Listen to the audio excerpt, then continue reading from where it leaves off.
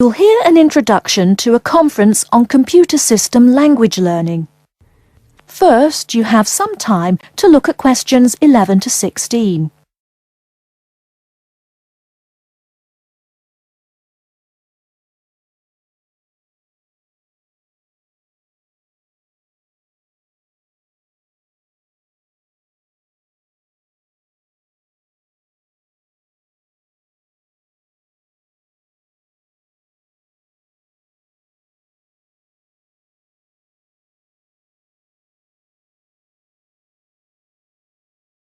Now, listen carefully and answer questions 11 to 16. Good morning everyone, and welcome to the second annual Wallabaloo Conference on Mastering Computer Languages. I hope you all had a good trip. Before we get underway with today's program, let me fill you in as to what's on tap for tomorrow, Sunday, February 19th. At 9 a.m, right here in the main hall, we'll be hearing a lecture from Dr. John Smith about computer as teacher. Professor Smith from the University of Melbourne is a world-class expert in the field of computer-assisted education, and his talk promises to be both stimulating and informative. Immediately afterwards, at 10:30, there will be a presentation of papers by various delegates. That, however, will take place in the garden room on the ground floor. If you don't yet know, the garden room is also called the ballroom and will be gathering at the west end, the slightly raised area called level 2. Just look for the crowd. If you get lost, there are signs in the foyer. After all that thinking, talking and listening, I expect everyone will be a bit weary. So at 11:15, there will be a break for coffee, cookies and other light refreshments. These will be available at the aptly named refreshment stand, placed by the door back here in the main hall. Also, if you choose to skip the formal lunch, you can buy a packed lunch at the stand for a reasonable price. I strongly urge you, however, to join us at the formal lunch.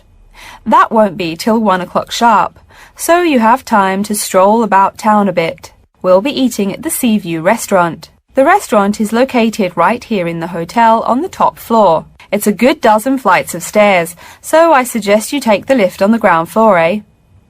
If you're not fond of fish, there's an all-you-can-eat barbecue available as well. They even offer wallaby meat. After lunch, we'll troop back downstairs to level 2 in the ballroom for the presentation of further papers, which will begin at 2 p.m. Please try to be on time. I know you'll be a bit tired after lunch, but the ballroom echoes so with people coming in late. Thank you in advance. Once we've heard the papers, we'll break for afternoon tea at 3:10 p.m. No need to walk. The manager of the refreshment stand has graciously agreed to have tea served in the ballroom. He's even promised us some special scones, baked from a recipe of his dear old Scottish grandmother. Then, tea being drunk and scones munched, we'll retire here to the main hall for some closing remarks and questions. So, by 5 o'clock, we should have the conference wrapped up. But the fun isn't over. This is Australia, mates. We'll be flocking to the hotel's own Palm Lounge on the east side of the foyer for an informal reception. You can relax, mingle with the other delegates, and let your hair down a bit. This will run from 5:10 to 6:10, though you're free to stay as long as you like. The lounge manager has informed me that for the duration of the actual reception, you can have all-you-can-drink beer for $20 with purchase of an advance ticket. Before you hear the rest of the talk, you have some time to look at questions 17 to 20.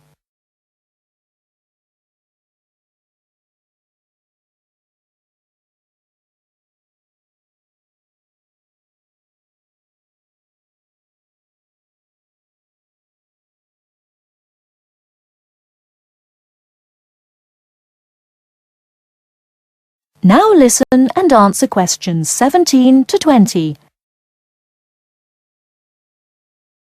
And yes, tickets can be purchased from any conference organizer or at the front desk any time between now and the start of the reception. I suggest you come by tomorrow evening to pick up the tickets, since the conference hall only holds 800 people. That way you can also get your journey planned ahead of time and be sure not to miss this truly memorable conference. If you want cocktails, however, I'm sorry, you'll have to pay for those at the regular price. Oh my goodness! Speaking of paying, I see I forgot to tell you a couple of things. The first is about lunch. The charge for the lunch will be $15 for all you delegates. If you have guests with you, the cost is $25 for the general public and $6.50 for children under the age of 10. That's $15 each, not total for everyone. Another item is about the lunch menu. I very much urge you to try the fish. I mean, look at the restaurant's name, the Sea View. As the name suggests, it is a famous seafood restaurant. The chef is a Basque from Spain, and he really gets quite put out when people ignore his fish specialities for burgers or barbecue. If fish isn't your thing, though, try the steak. He makes an exquisite filet mignon topped with blue cheese and mushrooms. Finally, if you'd like to buy a ticket, you can have both lunch and unlimited beer for $35. I should have mentioned that earlier, but I am a bit forgetful. Maybe I should avoid the beer after the conference, eh? Well, I've said my bit. Are there any questions? That is the end of section 2. You now have half a minute to check your answers.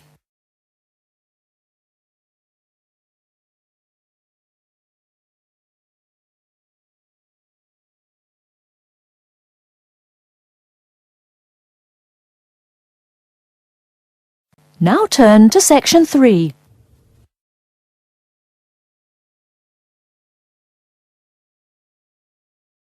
Section 3. You will hear a student called Tina asking Professor Van Diezen for advice on choosing courses. First, you have some time to look at questions 21 to 26.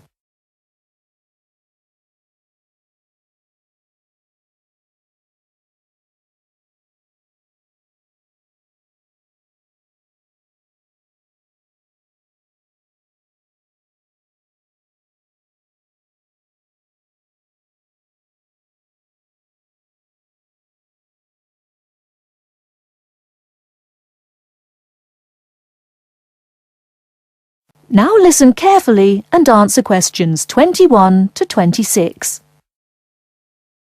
Hello, are you Professor Van Diezen? Yes, I am. And who might you be? Oh, sorry, my name is Tina. I'm a freshman here. They told me I should ask you for advice in choosing courses. Well, that's part of what I'm here for. Please come in and sit down. Now, what are your questions? I almost don't know. Everything is so confusing. Like, what is a specialized course? Oh, easy. A specialized course is one that is compulsory, meaning it's a requirement for your major, and regular, so you can't place out by taking a proficiency exam. That sounds pretty strict. Then what are all these general courses? I seem to have to take so many. Nothing to be alarmed over. These are courses open to all students and not directly related to your major. The university offers these general courses to choose so that you can become more well-rounded individuals. For example, I see you're a microbiology major, so it might be a good idea to take some literature or history courses so that you can know something besides all science. You mean these courses are like for fun? That might be one way to look at it, but don't tell the literature professor such a thing. Think of a general course as the opposite of a specified course. A specified course is one that pertains directly to your major. So, can I take any microbiology course I want? Let's see. Oh, those courses used to be open to microbiology students only. The good thing is now it's open to students on a flexible schedule, so it's not only for full-time students. So the answer is yes, if you have the instructor's permission. May I ask you why you chose microbiology? Well, I also like plain old biology too. You know, full-size animals. I might even become a veterinarian. Could I take some biology classes? Well, they are open to full-time students only, which I believe is what you are. I don't know how a freshman would get along with microbiology, though. I mean, most of the students presently looking into it are from off-campus. Off campus? Yes, you know, people who use it in their work at hospitals, laboratories, even a police detective. Why did you choose microbiology, if I may ask? I don't think you quite answered that. Well, eventually I want to be a doctor. At least my dad tells me so. If I may say so, young lady, you seem a little uncertain. Still, I think that might be a good idea for a career. Of course, if you're thinking about being either a doctor or a vet, you should take some medical science classes before you even think of applying to med school. Great! What should I take? There is one small problem. The new medical sciences building is under construction, so there are no experimental facilities available until next year. I'm afraid you'll have to wait, but don't forget to take those courses at the first opportunity. Oh, bummer. Is there any other course you'd recommend for someone like me? Well, since you seem to like animals, have you ever thought about looking into environmental science? No, I never really thought about it before. Is it worthwhile? Quite. In fact, it's the fastest growing subject on this campus. Before you hear the rest of the talk, you have some time to look at questions 27 to 30.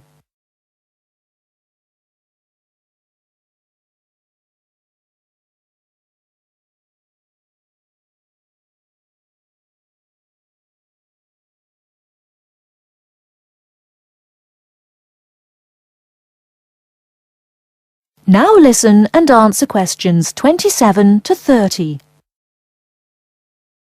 I'm sorry, I couldn't help noticing the long list of classes you've written out there. May I have a look? Oh, sure.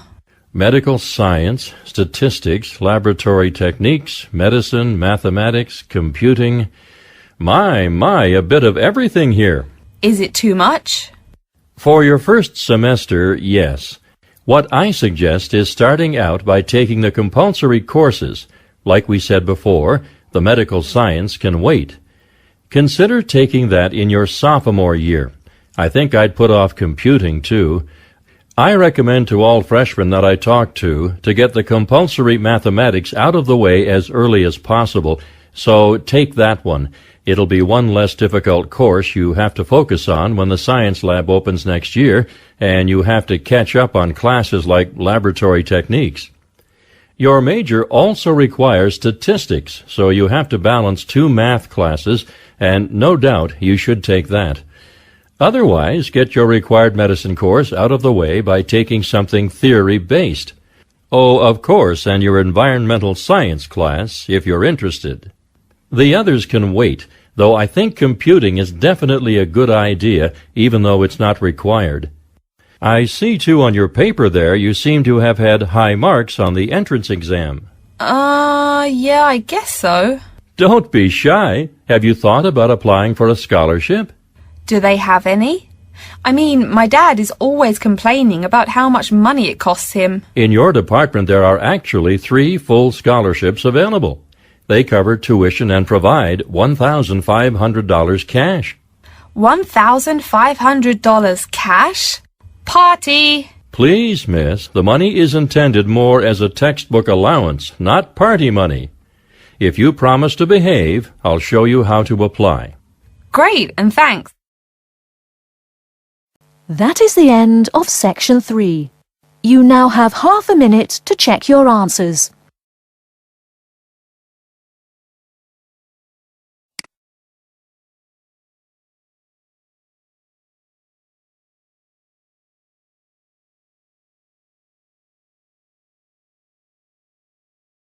Now turn to section 4. Section 4. You will hear a lecture about how to choose flooring materials. First, you have some time to look at questions 31 to 40.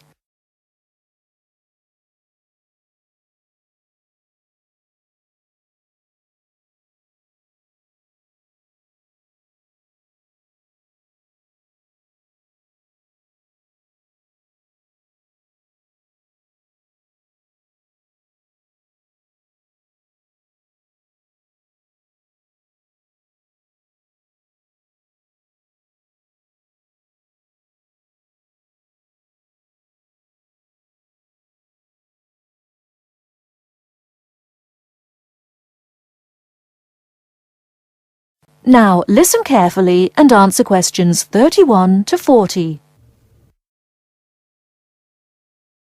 We've been talking about choosing building materials in the last week. Now, a great many factors influence the choice of building materials. You can't make a house of cards, right? And people who live in glass houses and all that. Anyhow, today I'd like to say a few words about flooring. Some artificial materials can be used, like plastic for instance, which offer mixed blessings when used as a flooring surface. On the one hand, plastic is cheaper than nearly any other alternative, short of bare ground. Plastic also does not warp like wood.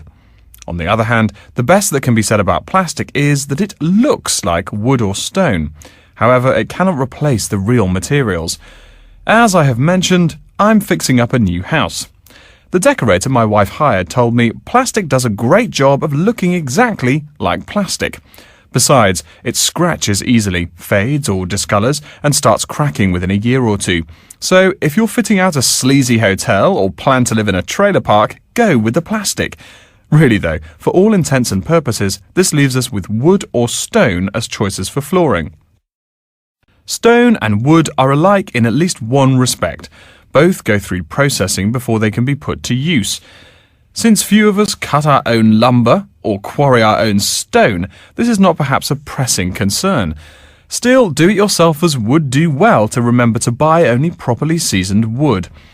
Unseasoned wood warps, and a warped floor quickly becomes firewood, and its owner quickly becomes poorer. Likewise, except for dull-hued materials like slate or sandstone, most stone floors are polished before installation. The choice goes well beyond just wood or stone. Each type requires many further considerations. A few special remarks are called for when considering wood. For example, as always, aesthetics, personal taste and layout all play roles, as well as the type of house or room. Oh, and certainly don't forget the cost. When it comes to cost, a rule of thumb is that the softer and less exotic the wood, the lower the cost. In the US, for instance, pine is both ubiquitous and cheap. Mahogany is imported and exorbitantly expensive. If you're on any kind of budget when remodeling, it's really helpful to remember to go for the softer woods. Aside from cost, there are still lots of different factors that are important in choosing the best flooring for the job. Continuing with the example of wood, one must consider the effects of each type of wood on the mood of the room. When selecting the best wood to use, particular attention needs to be paid to its grain patterns, texture and colour. In rooms where relaxation or deep thought is the aim, say bedrooms or the study, dark, strong-grained woods are the rule. Here, the grain ought to match the furniture for a feeling of homogeneity. In rooms where activity and motion are typical, the dining room or living room, lighter, finer-grained lumber is more suitable. In such a setting, the wood grain might be useful in offering a contrast to the furniture. This leads to a feel of subconscious excitement in keeping with the room's function. In either case, though, consult a decorator. It is a decorator's job to know what materials to use to fit the function of the room. Though some things about putting together a room are subjective and based on one's individual taste, materials appropriate to a room's function are much more straightforward. A decorator takes the needs of the customer and uses a mathematical formula rather than subjective words. Since feelings vary from person to person, verbal descriptions of wood types tend to be ambiguous. You want the wood you select, not something approximate. And if you do decide to do it yourself, remember that all wood must be treated with preservatives to enhance its appearance and preserve its natural beauty. In the case of stone or quarry tile, as flat-cut flooring stone is properly called, a new set of considerations must be weighed up. Simple colour aside, the degree of reflection must be kept in mind. This is called the reflectance rate, which is expressed in a number between 0.0 and 1.0, depending on the amount of light it reflects. At one end of the scale is polished silver. At a rating of 1.0, this shiny surface reflects nearly all of the light directed at it. Numbers closer to 0 describe materials that absorb more light. Moving down the scale a bit, we see that plastic that has been painted white has a rate of 0.8, which makes sense. We know that the colour white reflects all other colour, while black absorbs all colour, and plastic itself is a relatively reflective material. Materials that are denser and darker have reflectance rates much closer to zero. The quarry tile I mentioned a while ago has a rate of 0.1. As you may know, quarry tile is generally dark brown and made from clay, so it is quite dense. Of course, there is considerable variation among types of quarry tile because of the hue or treatment of the clay during its creation. Does anyone have any guesses as to what material may have a rate of almost 0.0? We can guess most of these materials are black in colour, but plastic, wood and even stone reflect some light. One material with a rate of almost 0.0 is black velvet. The texture produces almost no shine at all. Carrara marble, despite its white hue, is actually lower in reflectivity than black onyx. In any case, the fact that tiles vary somewhat should not be forgotten. A highly reflective floor would not be suitable in a library. It would be indispensable in a ballroom, should your home be large enough to feature one. Again, a rule of thumb is that light means lively. Since form and material follow function, one should only use the more reflective materials in rooms where the cultivation and expression of energy is important. Bear in mind, too, that most types of stone cost more than all but the rarest of wood. Of course, there is no reason why some rooms of a house should not feature wood floors or other stone tiles. You can even mix the two. A room with wood panels on the walls can have a beautiful stone floor. My bedroom has white birch walls and a light blue slate floor. The place looks like a Russian hunting lodge. Remember though, go with what feels right for you. Good taste and the laws of interior design are the homeowner's servants, not his master. It's only beautiful when you decide it is. I mean, you're the one who lives there, not the decorator, right? Okay, are there any questions? That is the end of section 4. You now have half a minute to check your answers.